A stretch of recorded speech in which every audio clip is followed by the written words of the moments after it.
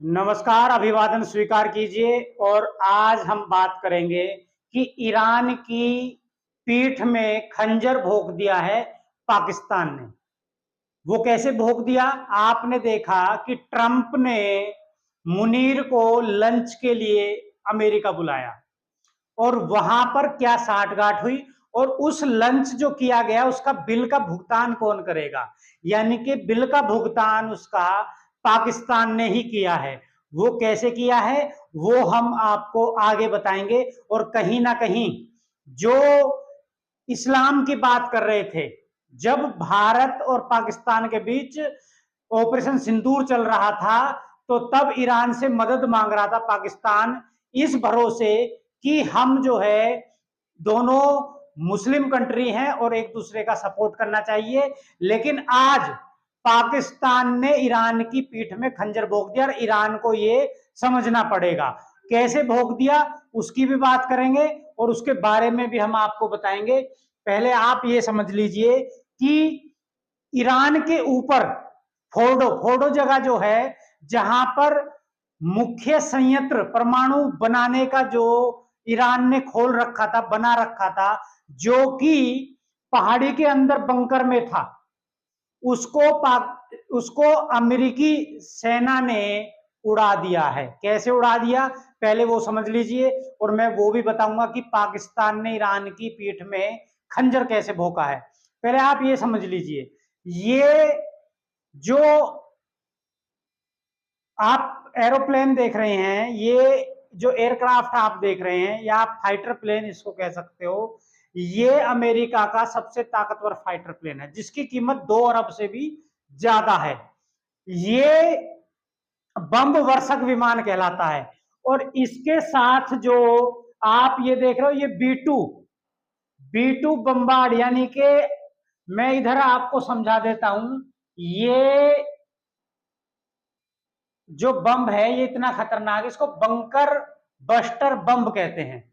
Bunker buster bomb, ये आपको मैं बता दूं 20 फीट लंबाई होती है इसकी, और डायमीटर यानी कि जो चौड़ाई है, गोलाई, वो लगभग 31 इंच के आसपास होती है। दूसरा, इसका जो वेट है वो 30,000 पाउंड। और जो ये एक्सप्लोसिव यानी कि बारूद, ये कितना ले जा सकता है? तो 5300 पाउंड। यानी कि आप कुल मिला लीजिए लगभग 8.5 35,000 पाउंड का इसमें लगभग वजन हो जाता है जब ये फुल्ली लोड हो जाता है। अब ये सीधा जमीन में गिरता है और इसको बिल्कुल जिस भी पॉइंट पे आपको छोड़ना होता है उसी सीधे पॉइंट पर आकर छोड़ा जाता है। तो ऐसा बताया गया है कि जो बम वर्षक विमान है अमेरिका का, ये ठीक 12 किलोमीटर ऊपर पहुंचा फोर्डो के, और वहां से इस बम को गिरा दिया गया। और इतना भारी बम जब गिरेगा तो इसकी मारक क्षमता मैं बता दूं, तो इसमें खुद लिखा हुआ है कि 200 फीट अंडरग्राउंड, यानी कि जमीन को फाड़ता हुआ 200 फुट अंदर जाता है और तब ये फटता है। और एक के ऊपर एक, तो करीब एक ही जगह 6 बम ये गिराए जाते हैं, यानी कि ये 6 बम लेके चलता है। जब एक बम जाता है 200 फुट नीचे चला गया, उसने रास्ता बना दिया। अब आप लगा लो कि दूसरा बम जाएगा, वो और 200 फुट जाएगा। तो ऐसे करके 6 बम गिराए जाते हैं और पूरा इलाका तहस नहस हो जाता है जहां भी ये गिराया जाता है। और 200 फुट तक के नीचे अगर कोई बंकर है तो वो तहस नहस हो जाता है। और ऐसा बताया जा रहा है, जो अमेरिका ने भी बोला है कि फोर्डो को हमने बिल्कुल तहस नहस कर दिया है, जहां न्यूक्लियर प्लांट था ईरान का। तो ये तो बमबारी की बात हो गई। अब हम बात करेंगे कि पीठ में खंजर भोंकने वाली बात। तो जो पाकिस्तान है उसने कहीं ना कहीं ईरान की पीठ में खंजर भोंका है। ये जो लंच पे बुलाया गया अमेरिका, जो ट्रंप ने मुनीर को, ये ऐसे नहीं बुलाया, ये पूरी रणनीति की तैयार की गई। और मैं बता दूं आपको कि अमेरिका से ये बताया गया कि अमेरिका से ये बम वर्षक विमान आया और सीधा बम गिरा के चला गया, ऐसा नहीं है। मैं आपको बता दूं, मुनीर को इसलिए ही बुलाया गया कि पाकिस्तान की जमीन को सैन्य ठिकाना बनाया जाए, और ये बम वर्षक विमान कहीं ना कहीं पाकिस्तान की जमीन पर आ चुका था पहले ही, और इसने रात 2:30 बजे, जो बीती रात 2:30 बजे बम गिराया है ईरान के ऊपर, वो उड़ान इसने कहीं ना कहीं पाकिस्तान से भरी, क्योंकि पाकिस्तान ईरान की सीमा मिलती है और पाकिस्तान से ईरान नजदीक है। दूसरा, कहीं ना कहीं ये जो पूरा रोड मैप तैयार किया गया कि बम कहां कहां गिराया जाएगा, ये भी पाकिस्तान ने ही पूरा बोर्ड और पूरा जो मैप है, क्योंकि पाकिस्तान को अच्छी तरह पता था कि परमाणु बम कहां बन रहे हैं, तो कहीं ना कहीं पाकिस्तान ने पूरा सिस्टम लीक किया है, और अमेरिका की जो सेना है उसको सारी चीजों की मदद की है कि कहां पर बम गिराना है और कहां पर ठिकाने हैं, तब जाकर ये ऑपरेशन हुआ है। और आपको मैं बता दूं कि जो ट्रंप है, ट्रंप जी ने बोला कि मैं 2 वीक का यानी कि 14 दिन का समय लूंगा, तब हम सोचेंगे क्या करना है। लेकिन उन्होंने 2 दिन के अंदर ही अपना जो ऑपरेशन है वो पूरा कर दिया, बम गिरा दिया। और मुनीर को लंच पे इसलिए बुलाया गया था कि इसकी तैयारी करनी थी, यानी कि कहीं ना कहीं दुश्मन सोचे कि अभी तो ट्रंप 2 हफ्ते लेगा, दो हफ्ते बाद जो है कार्रवाई करेगा, लेकिन वहीं ट्रंप धोखा देते हैं और 2 दिन में काम कर दिया, जैसे पाकिस्तान धोखा देता है। तो पाकिस्तान ने कहीं ना कहीं ईरान को धोखा दे दिया, और ईरान को समझना पड़ेगा कि उसकी पीठ में खंजर पाकिस्तान ने भोंका है।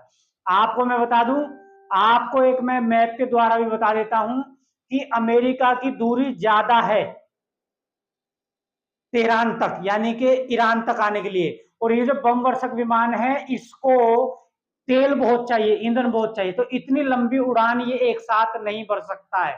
तो कहीं ना कहीं ये पहले पाकिस्तान आया है, पाकिस्तान से इसमें रिफिलिंग की गई है, यानी कि तेल डाला गया है, और उसके बाद ईरान के ऊपर हमला किया गया है, और ईरान के बाद ये वापसी पाकिस्तान आया होगा, फिर रिफिल हुआ होगा, उसके बाद ये अमेरिका गया होगा।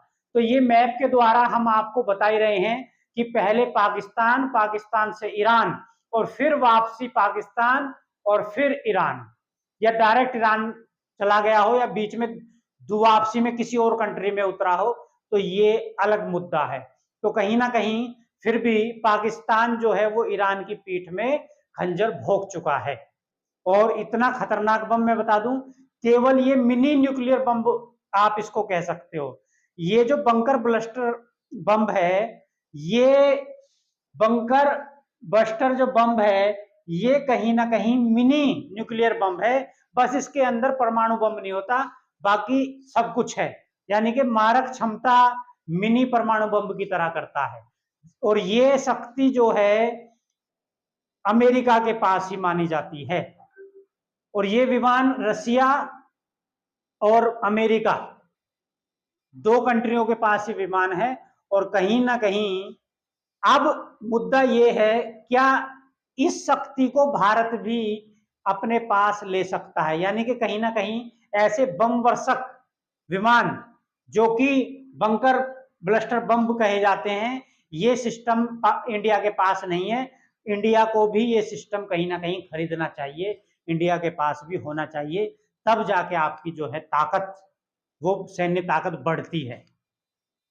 कहीं ना कहीं आपको चीजें समझ में आ गई होंगी कि पाकिस्तान ने कैसे खंजर भोंका है ईरान की पीठ में। आपको वीडियो अच्छी लगी तो वीडियो को लाइक कर लेना और चैनल को सब्सक्राइब कर लेना। ऐसी ही नॉलेज भरी वीडियो हम आपके लिए लाते रहेंगे, और राजनीति के अंदर की खबरें भी लाते रहेंगे, और देश और विदेश की खबरें वो भी आप तक पहुंचाते रहेंगे। चैनल को सब्सक्राइब जरूर कर लेना। इन्हीं शब्दों के साथ जय हिंद, जय भारत।